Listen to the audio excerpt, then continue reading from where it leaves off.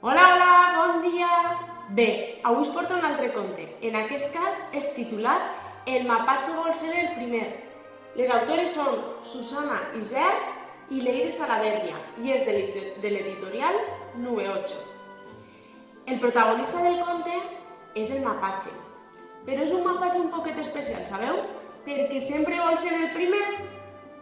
Al llarg de la història aprèn que hi ha que disfrutar d'altres coses, com per exemple de l'amistat, i que no és tant una tragèdia si no sempre queda el primer. Voleu escoltar la història? Seguiu mirant el vídeo. Fins ara!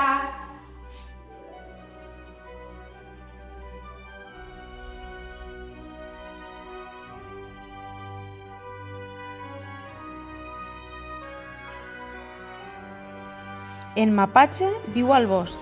El que més li agrada és gronxar-se penjat de la seva cua ratllada, divertir-se amb els seus amics fent tombarelles a l'herba i grimpar fins a la copa dels arbres per contemplar la lluna.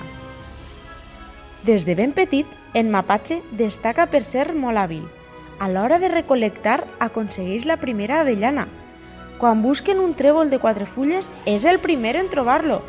I quan juga a imaginar formes de núvols, aconsegueix la major puntuació.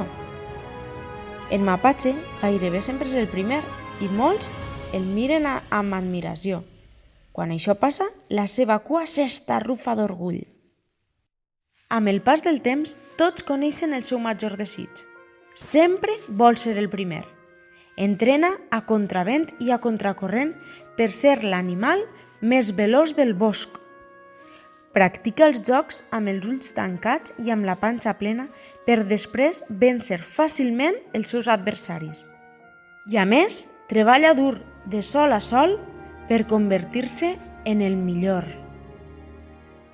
Un dia va arribar al bosc una guineu forastera que congenia ràpidament amb els animals de la seva edat. Mentre descansaven a l'ombra dels arbres, els explicava històries increïbles. Els deia: «Més enllà del riu es troba la immensitat del mar. Jo vaig ser la primera de la meva expedició a descobrir-lo. En una ocasió vaig topar-me amb un perillós tauró, famós per la seva mossegada letal. Mai abans un mamífer de terra ha viscut per explicar-lo». Una d'eixes vesprades en què la guineu estava narrant les seves gestes, una ràfega de vent traïdor s'emporta el barret favorit de l'esquirol i el deixa anar a la zona més cabalosa del riu. Sense pensar-ho, el mapatge es tira a l'aigua per recuperar-lo. Però la guineu ha tingut la mateixa idea, es llança com una fletxa i atrapa el barret. El mapatge no ha aconseguit ser el primer i això no li ha agradat gens. Un dia, després de la pluja, els animals es divertien saltant tolls. El mapatge en veu un a la llunyania, agafa impuls i trenca a córrer tot el que pot per ser el primer en arribar i donar un salt impressionant. No obstant això, la guineu també l'ha descobert i bota de branca en branca amb tal agilitat que l'alcança. Quan el mapatge se n'adona, accelera, nerviós amb tan mala sort que s'ensopega amb un pedrot i cau de cara a l'aigua fangosa. Els animals esclaten a riure.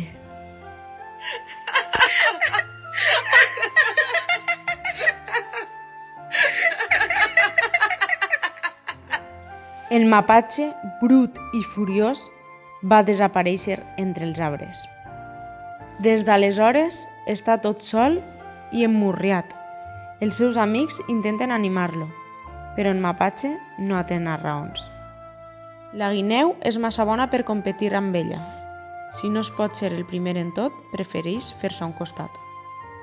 Com cada any, en l'arribada del bon temps, els joves animals organitzen l'ascensió a la muntanya més propera. En un altre moment, el mapatge s'hagués preparat per ser el primer en pujar a la cim, però com que està la guineu, anar d'excursió no entra en els seus plans. El mapatge s'ha quedat al bosc, encara que no és l'únic. L'ànec està plorant vora del riu. En veure'l, el mapatge s'acosta. «Què et passa, ànec? Per què no te n'has anat amb els altres?» «Sempre em quedo l'últim i tinc por de perdre'm com l'any passat». no ploris més, va dir el mapatge després de reflexionar. Jo t'acompanyaré, no et deixaré sol. Els dos animals comencen la ruta. El mapatge mai ha pujat la muntanya en un pas tan lent, però per primer cop no li importa. No és aquell vell i solitari linx albí? Va preguntar el mapatge emocionat per la seva troballa. Sí, sol amagar-se entre les branques d'aquells arbres. Cal fixar-se molt bé, doncs es camufla entre les flors blanques, va explicar l'ànec. Mai l'havia vist. Quan passava per aquí, les meves potes corrien tant, que els meus ulls no podien aturar-se en veure res. Cap al migdia s'asseuen a menjar a la riba d'un llac amb cascada. Les papallones voltegen per tot arreu. Els ocells i les granotes canten. El sol i la brisa els acompanyen. Abans sempre menjava sense aturar-me. Quin paradís m'estava perdent, va sospirar el mapatge. Més tard es van trobar amb una tortuga que estava cap per amunt. Els dos amics la van ajudar a pegar-se la volta. I la tortuga, molt agraïda, va seguir el seu camí, sense pressa. A en mapatge, això el va fer pensar. Quan va caure el sol, el mapatge i l'ànec encara no havien arribat al cim. No puc més, es va deixar caure l'ànec esgotat. Hauràs de seguir sense mi. L'últim esforç, falta ben poc, el va animar el mapatge. Ho sento, no em veig capaç de continuar, es lamentava l'ànec amb la llengua fora del bec. Ja s'està fent fosc i tot i que molt a poc el mapatge segueix pujant muntanya amunt. Des del cim, tots els animals se'l miren molt sorpresos. Quan per fi arriba, s'abalancen sobre ell com si fos un heroi. El mapatge somriu amb emoció. No ser el primer té més avantatges de les que creia.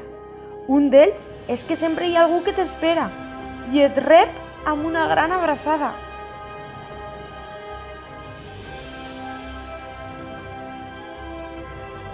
I això és tan veritat com que el conte s'ha acabat.